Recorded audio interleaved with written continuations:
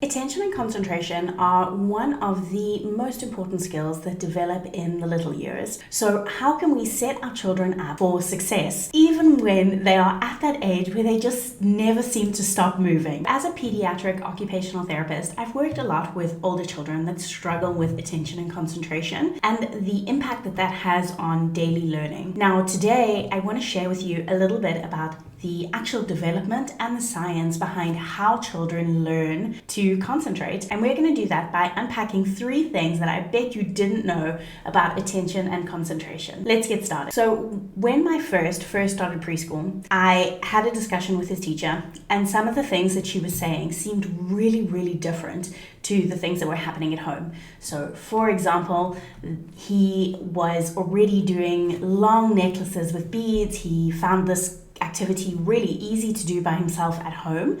But she mentioned that in preschool, he really struggled with it and he only sat and was able to bead 1 or 2 beads and then he was up or moving or something. She mentioned that he was struggling with scissor skills, and that is something that we'd been exposed to and doing lots of at home before, and he'd been managing just fine. So we started to kind of unpack why this was happening. Sometimes when we hear something like this, we can immediately go to, well, there's a problem with attention. And in truth, there was a bit of a problem with attention. Where this problem was stemming from was more linked to his stress in that environment. Studies have shown that our feeling of peace, relaxation is very integral when it comes to attention and concentration. Now, you may be able to relate to this if you are maybe standing in front of a group of people or you were doing an exam and you struggle to recall things. And that's because our emotional state definitely impacts our working memory and our ability to concentrate, to focus, and to perform. And it's exactly the same for our young children. So what this means is actually quite good news for us as parents. It means that those slow afternoons where your child is playing, and perhaps in those times you felt like, is this really good enough, or should we be doing more, or maybe it's not exciting enough for them? Those are actually the building blocks, or the times that are possibly the most powerful for your child in terms of developing their ability to concentrate and focus on a task. The next thing about attention that isn't commonly understood is that attention is different in different types of activities. I hear a lot from parents that their child is able to concentrate, and they know this because they have now built up the ability that they can watch TV for an hour, or they can sit on the iPad for an hour. Now, this is actually really different to the type of attention skills that we would be using if we were, say, in a grade school setting and doing an exam or doing a worksheet or listening to somebody as they speak. Different tasks require different attention skills, and our attention skills in different tasks may be higher or lower.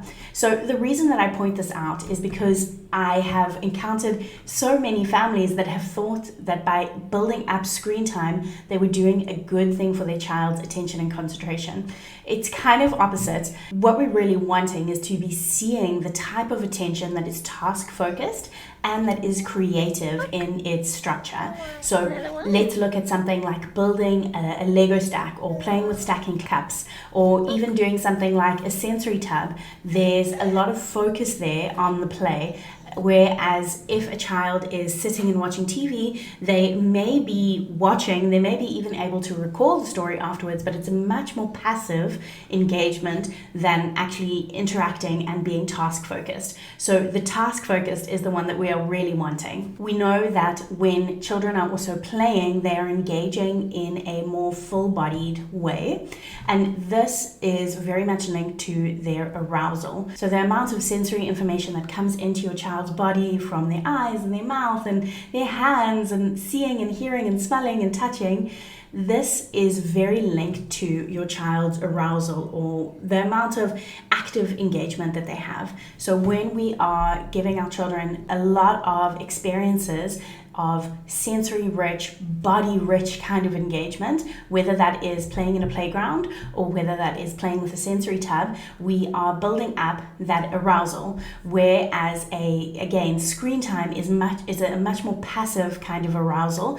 and it doesn't require that your child is sharp or focused to be able to just, passively receive something. So the last thing, and you may have some kind of understanding of this already, is that attention and concentration are skills that need to be exercised. If you look on any social media platform or any news outlet, you will find articles about worries for teenagers and how screen time is eroding their ability to concentrate. And you may have even felt this for yourself. I sure have. But when we are looking at our young children, I mean, we have to know that before anything has the ability to erode, it has to be built up. So this time where our young children are just playing simple games is actually so critical for building up those foundational skills. Yes, this is not the time where they're writing an entrance exam to get into a college. They are playing with something simple, but this is the time when those skills are actually being built. So it is really important that we allow those skills to be exercised. Like a muscle, we want to build them up. And the number one way that we can do this is through play. You see, again, when children are playing, they are firstly having they're having sensory experiences that really lift up their arousal level. They are task focused, they are creative in the way that they are playing, whether it be a sensory bin where they are pouring oats from one cup into another, or that they are building something according to a model, or that they are doing an obstacle course. They are really engaging and actively practicing that attention. So play is the best thing that we can do for our children in order to build this up.